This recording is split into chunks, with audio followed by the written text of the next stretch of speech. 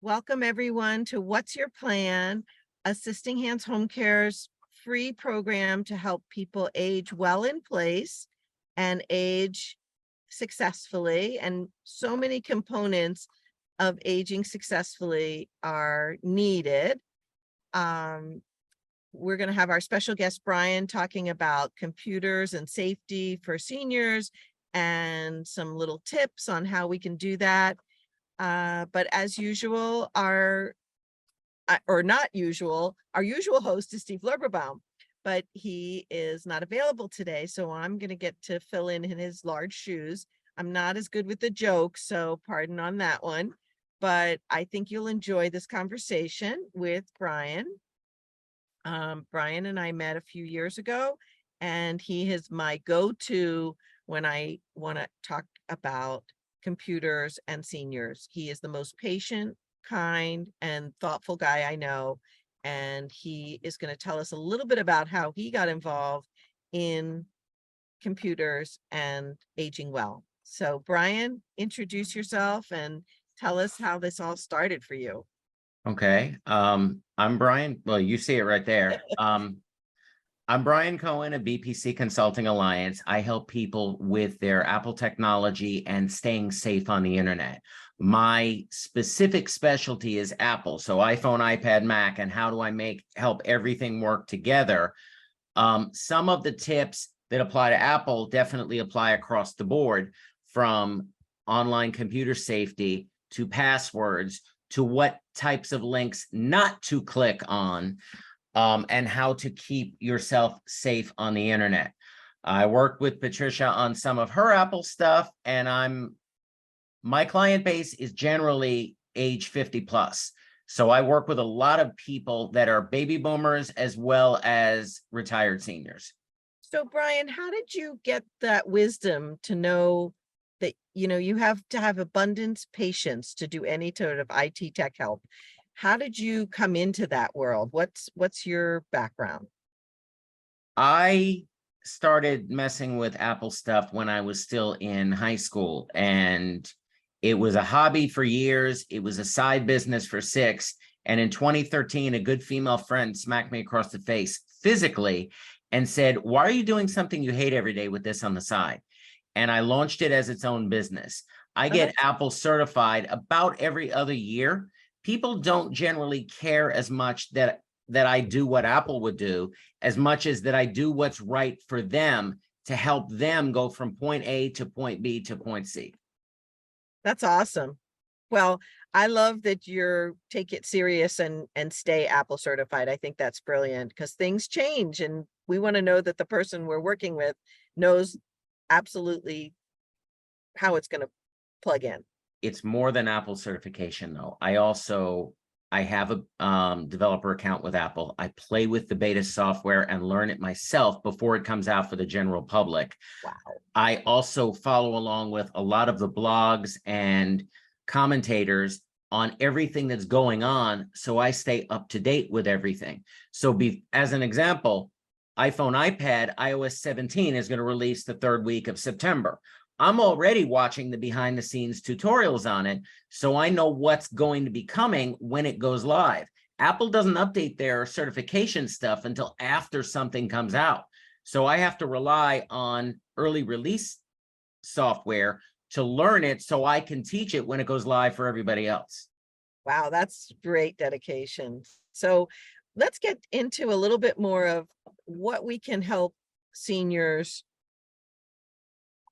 how we can help seniors stay safe with their computer. So fundamentally, there's access to the actual computer and having a passcode, or what are you recommending? Well, first thing is on a mobile phone, whether it's an Android or an iPhone. I'm iPhone personally, but it doesn't matter. It's the same thing.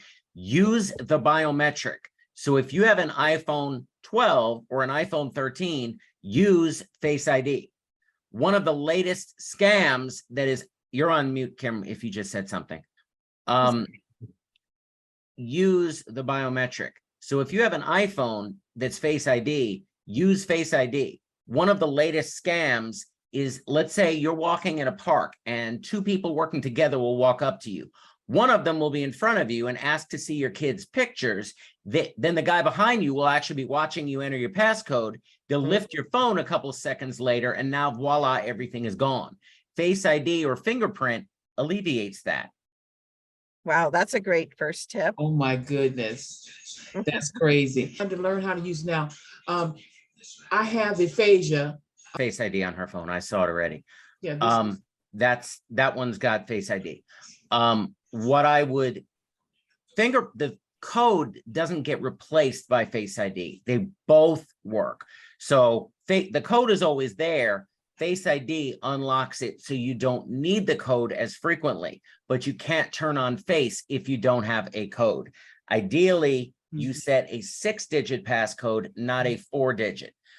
Something that people don't know is that 4-digit passcodes can be hacked in 11 seconds.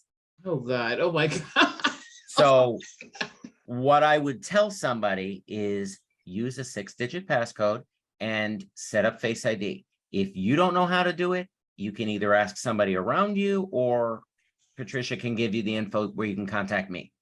Thank you. I'll put that back up on the screen before we. It's on my background as well. So I can Well, see that's it. true. I can see it from there. Yeah, Perfect. I can see it. Yep. Thank you.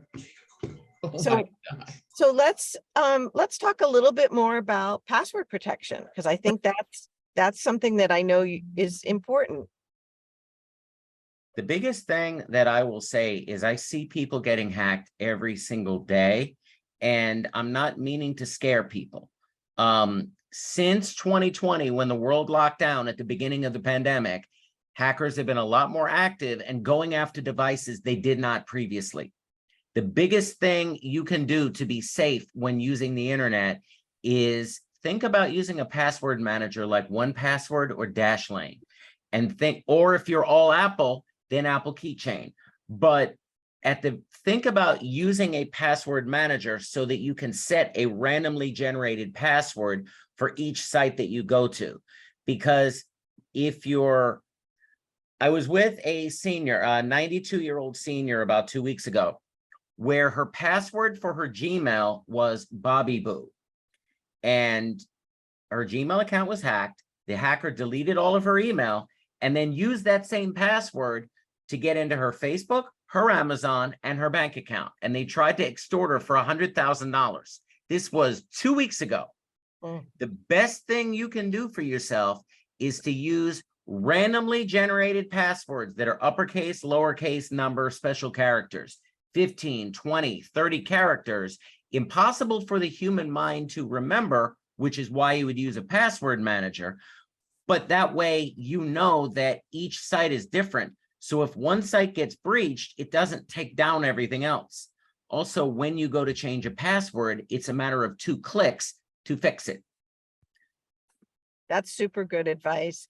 And so if people have, now they've had, maybe 100 different sites that they're connecting with, it's important to have a way to keep track of all those different passwords. And you're saying use a third party to do that. Yes, I am not a fan of, a lot of people will try to do this. Oh, well, I just keep all my passwords together in a book. Well, there's 2 big weaknesses to that. Number one is if you don't have that book with you, you can't get in.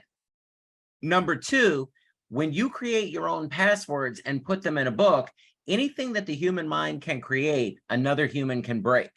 And if I were to use, let's say with Patricia, let's say all of her passwords were something like caregiver 123 or senior 123 or some variant of that. One of them gets hacked. That hacker is going to use that email and that word and throw the dictionary at it to try to figure out how to hack all of the other sites that share that same password. Where if you're using 1Password or I don't want to say LastPass anymore, but 1Password or Dashlane or Apple Keychain, you can very easily just set up randomly generated passwords so that you don't actually have to wonder what if. Right. Well, that's that- great advice. And so that kind of leads to what happens when you get an email that looks legitimate, and yet you click on it and all craziness goes, or it's even subtle and it just says, oh, thanks so much for signing up for our program when you didn't sign up.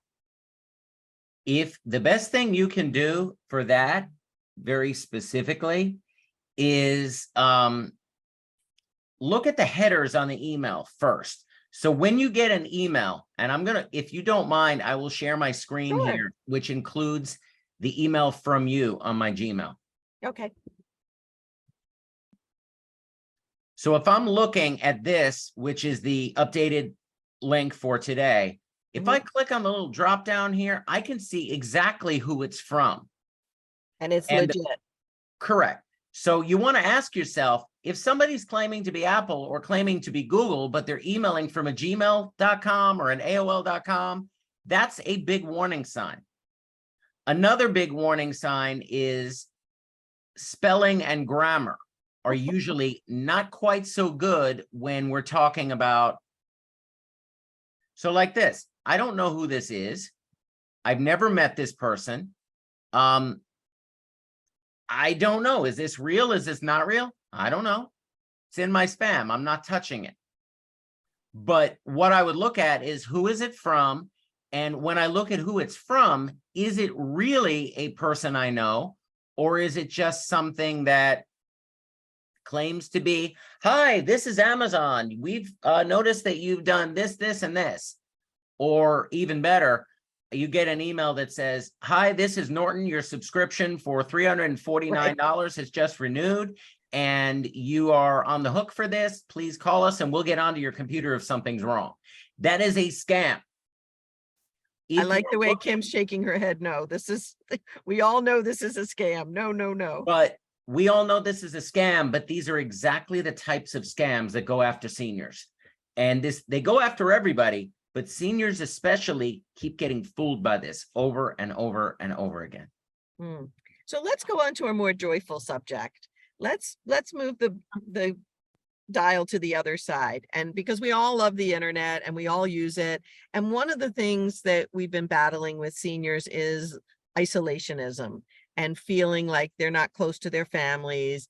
And, you know, COVID did a lot of that. And even now for some seniors who can't fly or travel as easily, they don't get to see their loved ones, their sons, daughters, friends. So how is the internet book best used? What are some tips that could help folks stay connected? Couple things that I think of when I think of connection. Me being an Apple guru, I would say FaceTime is one, Zoom is another one, Skype is another one. Those are just three easy options for staying connected with people. You can make video calls from your computer. I'm on my computer in my home office right now. Another one that a lot of seniors use is Facebook to stay connected with people. The catch to staying with Facebook is make sure you have a good password and make sure you have two-factor authentication turned on to make it harder for a hacker to get a hold of you. Kim, did you want to ask a question about Facebook? Okay, go ahead. Oh, you're still on. There you go. Yes, okay. So my question is, for FaceTime, do you have to have the same type of phone to do Skype and FaceTime? I've never done that before. Okay, FaceTime. Yes, I'm sorry. FaceTime is Apple to Apple. So if you have an iPhone and the other person has a Mac, FaceTime will work.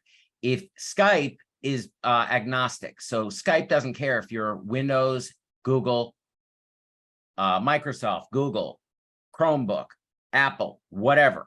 Zoom doesn't care, Skype doesn't care. Skype. Google Meet is, in my experience, Google's Meet service is very unstable in a web browser. So if I was looking to talk with family, being an Apple guy, I would use FaceTime as my first option and Zoom as my second. Which I is have overseas family and friends, so I use WhatsApp works. WhatsApp works. And that's too for video. WhatsApp. And it's free. These are all free service. Well, Zoom has a fee if you go over their limits or whatever, but they're Zoom's- nominal. Zoom's limit is An hour, is it? no 40 minutes on a meeting. 40. Okay. 40. So when you get to 40, if it's a free account, it will shut off. If it's a paid account, it will not. So those are great tips, and they really do help make things happen. I'll tell you, my family started, I have two siblings, and they're in different parts of the country. And we all decided that every weekend we would get together on Zoom and chat with my mom. And it has been fantastic for her.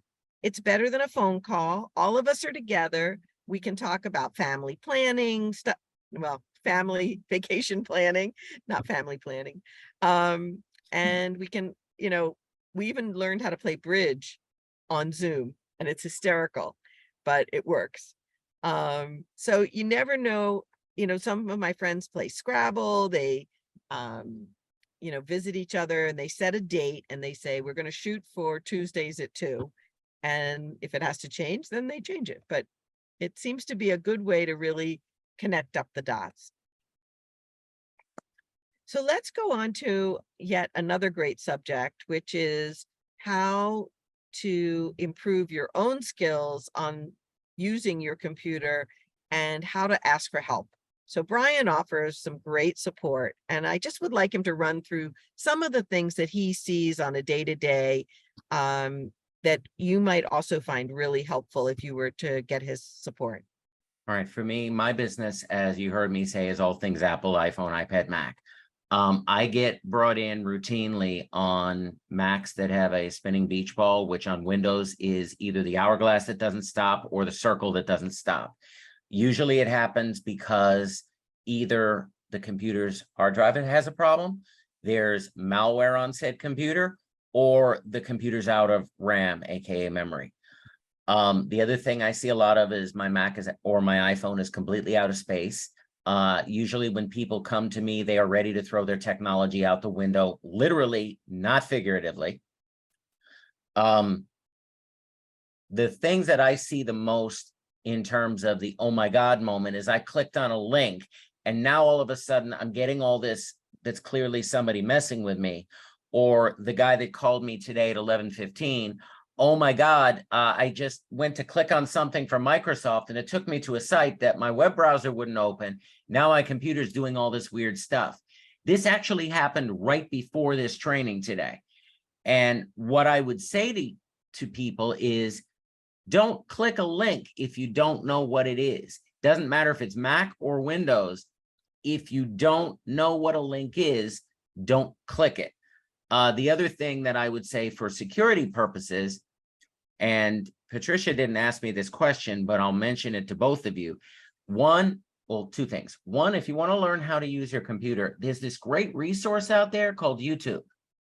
If you go to YouTube, you can actually search for, I have a new iPhone and I want to learn how to use it. I have a Mac, I want to learn how to use it. I just bought a computer with Windows 11, I want to learn how to use it. Those tutorials are actually on YouTube. So the benefit of me is that I come to you, whether virtually or in person, to tailor the training to you.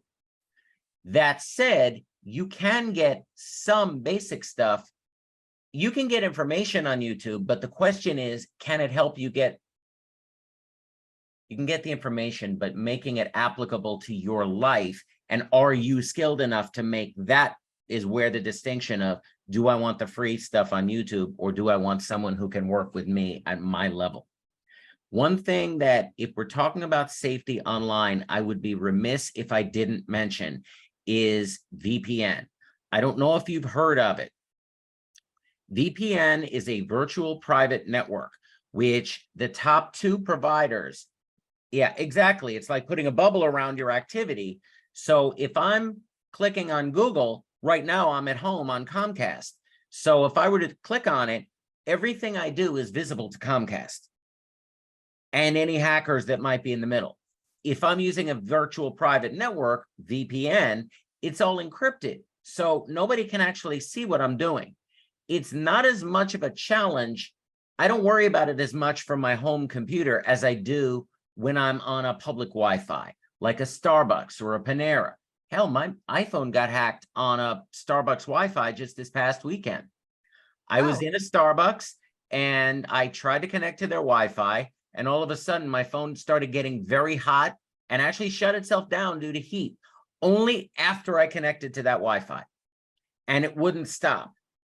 And that's how I knew that somebody messed with me through the Wi-Fi. It does happen, and it's the reason I suggest VPNs.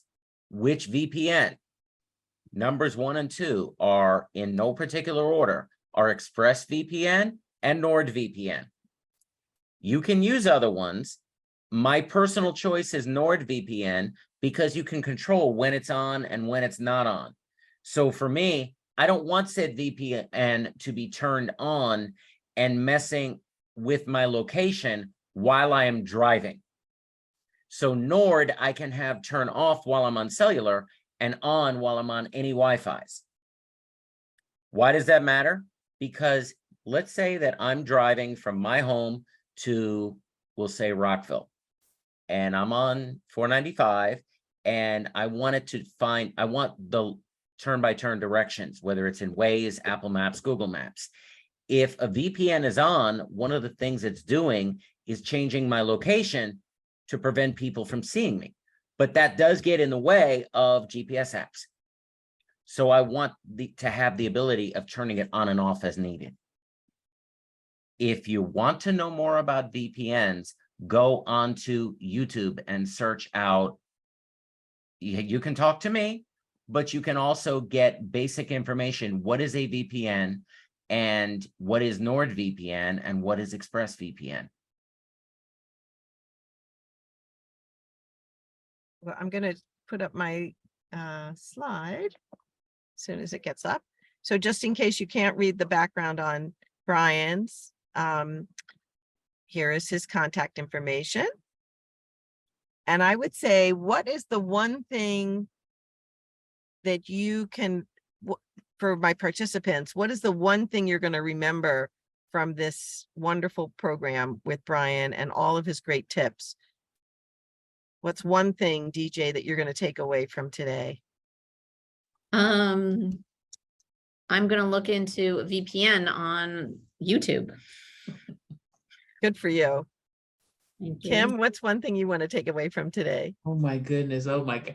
You know, my brain is, because I really want to try to talk to see other people through that fake, you said that, wait a minute. To talk to someone else who is on an iPhone. Yeah. You can, on your phone, there's an app called FaceTime, where you can simply, Doesn't have a smartphone. that would be Zoom that you would be using. Zoom. most of the Okay. I have with Zoom. I'd have to do it with Zoom. Okay. It's all right. There are a lot of different services that are option. FaceTime is Apple to Apple specifically. So if you are going from a Mac to a Mac, FaceTime will work. If you're going from an iPhone to a Mac, FaceTime will work. If you're going from a Mac to a Windows, FaceTime will not work. Oh. So for Mac to Windows, you would use Zoom or Skype. Okay, Zoom or Skype, that's the word, Skype you were saying. But I still don't know how to figure out how to do my mother is a senior citizen. Well, I'm a senior citizen too, but my mother. You are on, so let's say that you are trying to figure out, how do I do this? How do I get my mother to use Zoom when she's not really computer literate? Yeah. Easiest way is for you to be the one in the control, not her.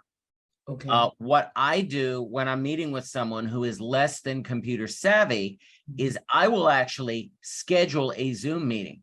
So they get it in their email, and all they have to do is click the link and it opens. Where for me, that's not a challenge. For them, that probably is a challenge. Yes. Yeah. How would I do that, you might ask? Well, it's not going to let me share, apparently. What I would have you do is you'd go to the Zoom, the main Zoom window. There's an option to click there to schedule a meeting. Yes. And you call it conversation with mom, you call it what's your plan, you call it whatever.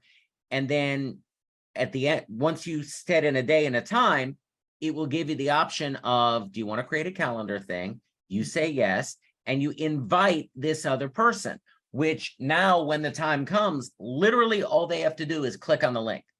And she has to, but she has to have an email. That's right. She has to have an email. How do we set this up so that she can use it? Yeah. And like it or not, in the world we live in today, Yeah. email, some kind of email account is a requirement if you Right. want to be able to communicate remotely. I It's agree. not I would strongly recommend don't use AOL. Okay. Oh my God. And that's what I always. Used to be a great service 30 years ago. Mhm. Today, AOL does not make money on email. Email is an afterthought for AOL. And its security is not really there. Its spam filtering is horrible. And a lot more hacks happen through AOL than anywhere else. Wow. If I were in your shoes looking for a free email, I would look to either outlook.com or gmail.com. Email. That's what everybody said. Gmail is generally the best of the bunch, but do keep in mind that Gmail is short for Google Mail. So Right. it is All a tied to Google Google. account. Mm, Which is usually helpful, people, but okay. Well, with Google, you do have to be careful about what information you give them.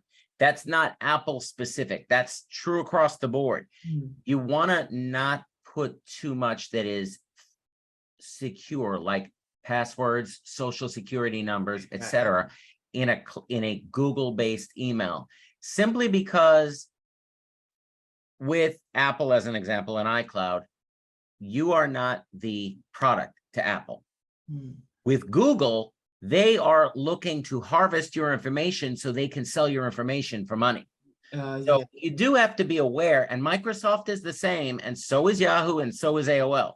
So what I would say to you is not don't use cloud-based email. I would just say be mindful of the information you put in those accounts. Okay. So if I'm emailing Patricia, I'm not going to send my social security number Right. and my bank passwords in email where somebody can get a hold of it.